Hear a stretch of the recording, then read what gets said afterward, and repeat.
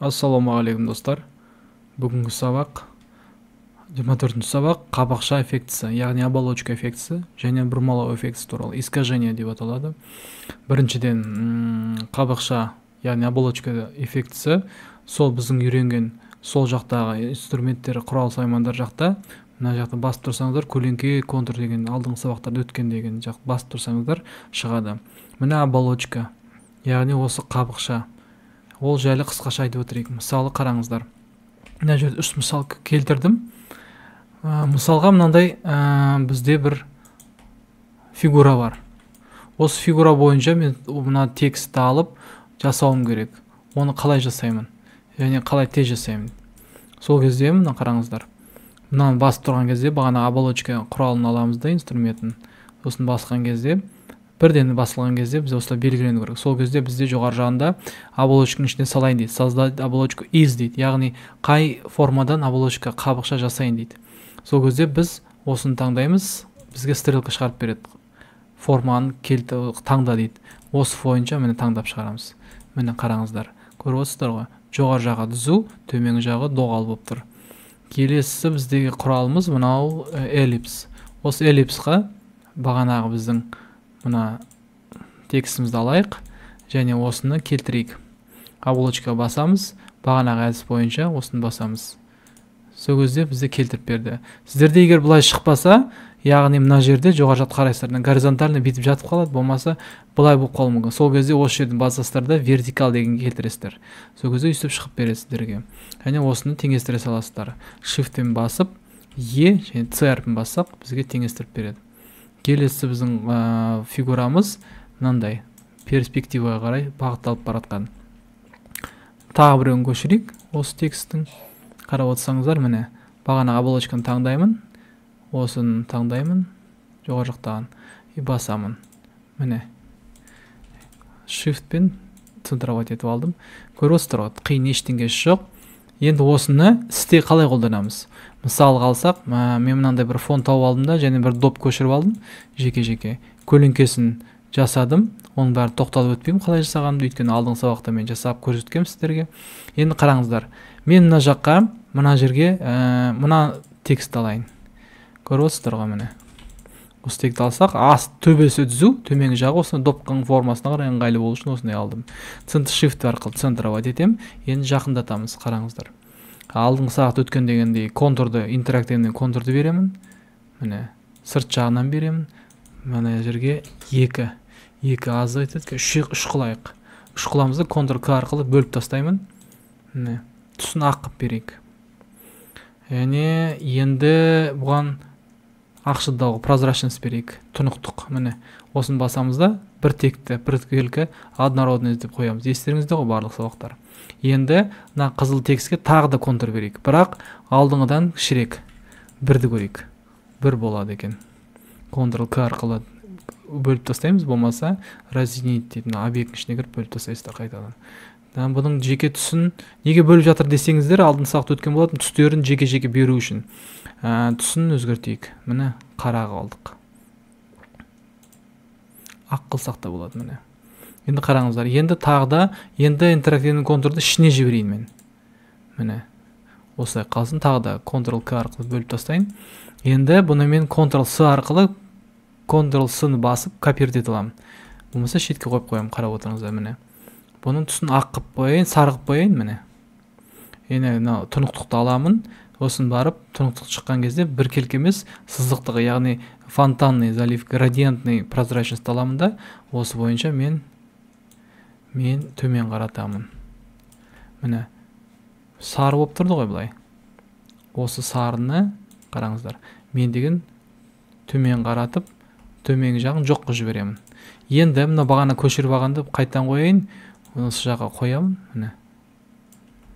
Осыны қойып, центровать ете саламын. Сол кезде бізде бұны түсін бардовый қылып қояйын. Және тұнықтықты аламын.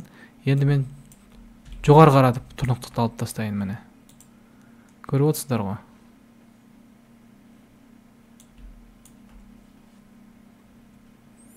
Бұның түсін қызыл қылып болмайды екен. Ақшыл қызыл қылайық. Жоқ.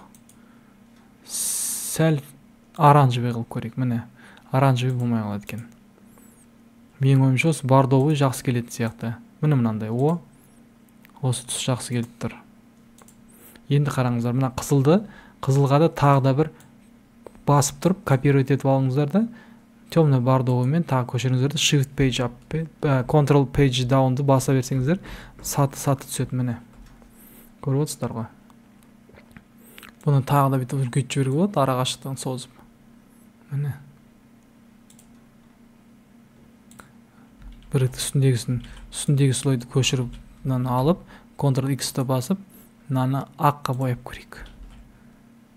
Ақ болса да болады екен. Бізде сары болып қала берсін. Міне енді көріп отырсыздар ғой, әдемі шықты. Енді мынаны біз контур бізде қараңыздар, қызыл контурға да градиент берейік. Мына бізде заливті қаламыз, градиент залив жоғары жақтан басып төмен қарай басып тұрамыз. Бізге бұл бордовый қылайық тоже. Бордовый болмай қалады екен. Ақшылдау қылайық. Міне вот енді көріне бастады.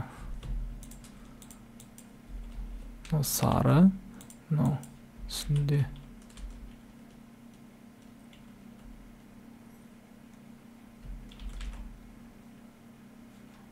сарының үстіне бордовый қылайық.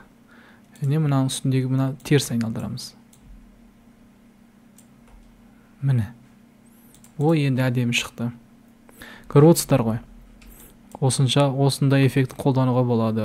Яғни біздің басты мақсатымыз мына төмен жағы доғал, жоғары жағы түзу қылып, қалғанын жасаған эффектінің барлығын алдыңғы сабақтан өткен болатынбыз. Бұл жерде тек қана көлеңке қолданған жоқ, көлеңкені де қолдануға болайық. Міне басып тұрып тартайық. Міне бері шықты эффект. Көріп отырсыздар ғой. Міне міндетті түрде қайталап отырыңыздар. Менімен бірге паузаға қойып, бұның барлығын өткен болатынбыз алдыңғы сабақта. Тек қана осы сабақта қосылып отқаны оболочка, яғни қабықша эффектісі. Келесі бұрмалау, яғни искажение сабағы міне былай басталады. Мысалы мен осындай бір фигура алайын. Бұл фигура қайдан алды десеңіздер, мысалы мен көп бұрыштын аламын. Сол кезде 6 бұрышты қоямын ғой. 6 бұрышты қойған соң форма құралын аламын да, контролды басып тұрып, міне кішірейтемін. Бұрыштарын аламын, ортасын аламын. Мына бұрыштарын емес. Бұл жерде былай да алса болады. Мен бірақ мына жерден алып тұрмын. Сосын қараңыздар, түс берейін, контурын алып тастайын. Енді мынау түс басқаша болу үшін қараңыздар.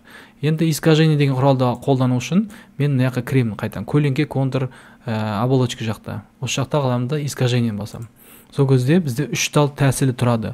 Қалай жасайтын көріңіздер. Мысалы мен қараңыз, мынаны шетке көшіріп қояйын 3 талын.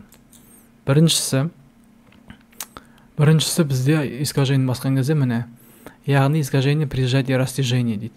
Ол қысқан кезде сыртына қарай шығарады. Қараңыз, центрден аламын. Мен деген ішіне қарай бассам, міне бізге гүл сияқты болып береді. Көріп отырсыздар ғой. Егер де дәл осыны, мысалы қараңыз, мынаны не көтерейін да, дәл осыны мен сыртына қаратсам, міне ол бізге керісінше қысып береді. Көріп отырсыздар ғой. Бір искра болмаса бір жұлдызша сияқты береді.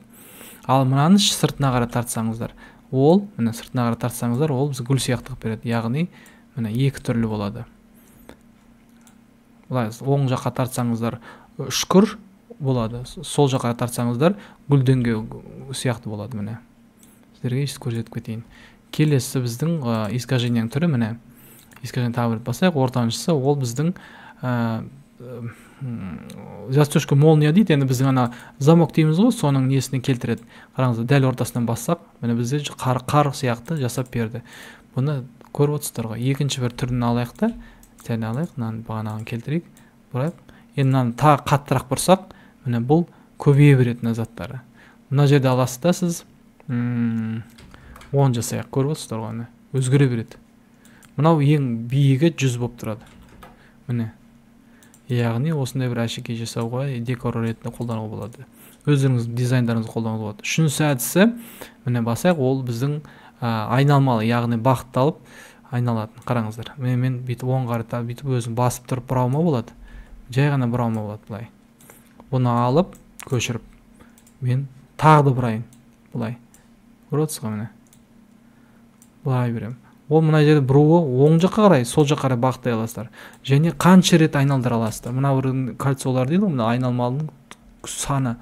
Міне мынаны мен 150 келтірейін, болмаса 100 келтірейін. Міне мына жерде 2 жасайын. Міне бір тал айналым жасайық. Көріп отырсыздар ғой, өте қызықты құрал. Бұл искажение, яғни бұрмалау құралы болып есептеледі. Мынаның барлығын мысалы мына қыстың күні ана бір нелерге қолдануға болады, искоркаларға, қардың снежинкалардың нелеріне кішкентай. Мынаны гүл ретінде қолдануға болады. Әркім фантазиясына қарай. Қысқаша сабақ осы. Ұнаса лайк басыңыздар, тіркеліп отырыңыздар және достарыңызбен бөлісуді ұмытпаңыздар. Сіздерге пайдалы болды деген ойдамын. Жақсы сау болыңыздар.